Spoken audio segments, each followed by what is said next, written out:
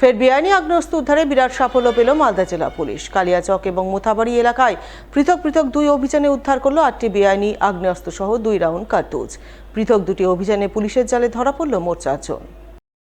ঘটনা প্রসঙ্গে মঙ্গলবার মালদা জেলা পুলিশ সুপার অনুপম সিং জানালেন, সোমবার রাতে কালিয়াচক থানার পুলিশ বিশেষ সূত্রে খবর পেয়ে কালিয়াচকের শাহবাজপুর মোমিনপাড়া এলাকায় অভিযান চালায়।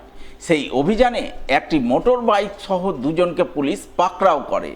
তল্লাশিতে ধৃতদের হেফাজত থেকে উদ্ধার হয় 7টি বেআইনি আগ্নেয়াস্ত্র। এছাড়াও ধৃতদের হেফাজত থেকে মিলেছে 450 গ্রাম ব্রাউন সুগার। ঘটনায় পুলিশের জালে যে 2 জন ধরা পড়ে তাদের মধ্যে একজনের নাম ইন্দ্রজিৎ মণ্ডল এবং অপরজনের নাম কার্তিক মণ্ডল। তারা কালিয়াচকের সাইলাপুর এলাকার বাসিন্দা। এছাড়াও সোমবার রাতেই মোথাবাড়ি থানার পুলিশ অচিনটোলা স্ট্যান্ড এলাকায় অভিযান চালিয়ে একটি বাইক সমেত 2 জনকে পাকড়াও করে। তাদের হেফাজত থেকে উদ্ধার হয় একটি বেআইনি আগ্নেয়াস্ত্র সহ 2 রাউন্ড কার্তুজ। এই ঘটনায় যে 2 জন পুলিশের জালে ধরা পড়ে তাদের মধ্যে একজনের নাম নিভু মণ্ডল এবং অপরজনের নাম মনোজ মণ্ডল। তাদের বাড়ি মোথাবাড়ির যুগলটোলা এলাকায়। 2টি ক্ষেত্রেই ধৃতরা বেআইনি আগ্নেয়াস্ত্র কোথায় পেল, কোথায় নিয়ে যাচ্ছিল, এই চক্রে আর কেউ বা কারা জড়িত রয়েছে কিনা তা খতিয়ে দেখতে পুলিশ তদন্ত শুরু করেছে এবং তদন্তের স্বার্থে মঙ্গলবার ধৃতদের 10 দিনের পুলিশি হেফাজত চেয়ে পেশ করা হয় মালদা জেলা আদালতে। मालदा डिस्ट्रिक्ट पुलिसের अंतर्गत 2টা থানা, কালিয়াচক থানা और মোথাবাড়ি থানা, 2টা ভালো কেস আমরা ডিটেক্ট করতে পেরেছি।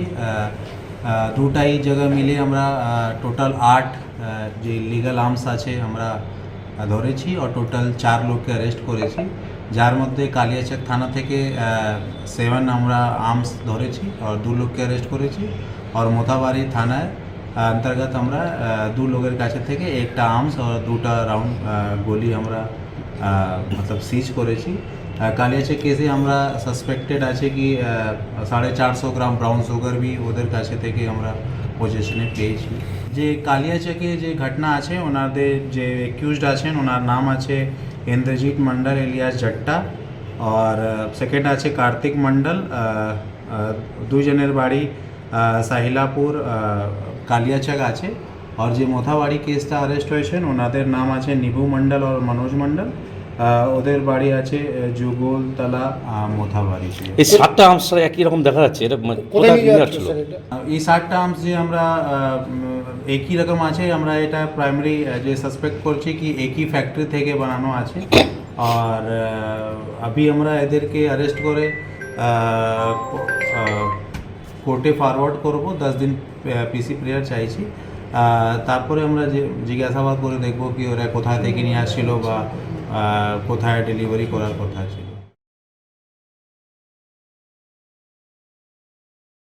এবার বিভিন্ন সময় হারিয়ে যাওয়া একাধিক মোবাইল উদ্ধারে সাফল্য পেল মালদার পুখুরিয়া থানার পুলিশ।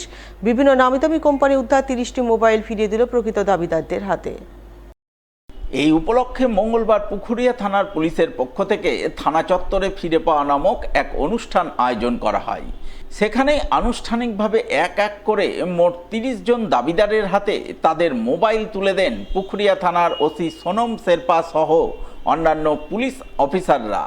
দীর্ঘদিন পর হারিয়ে যাওয়া মোবাইল ফিরে পেয়ে মোবাইল প্রাপকদের চোখে মুখে খুশির ঝিলিক লক্ষ্য করা যায়। তারা মোবাইল ফিরে পাওয়ার জন্য পুখুরিয়া থানার পুলিশের উদ্যোগকে সাধুবাদ জানান। আমার মোবাইলটা হারিয়েছিল 16/4/2026। এক মাস প্রায় 2 মাস হয়ে গেল। মোবাইলটা হারিয়েছিল আমার বাসস্থান থেকে।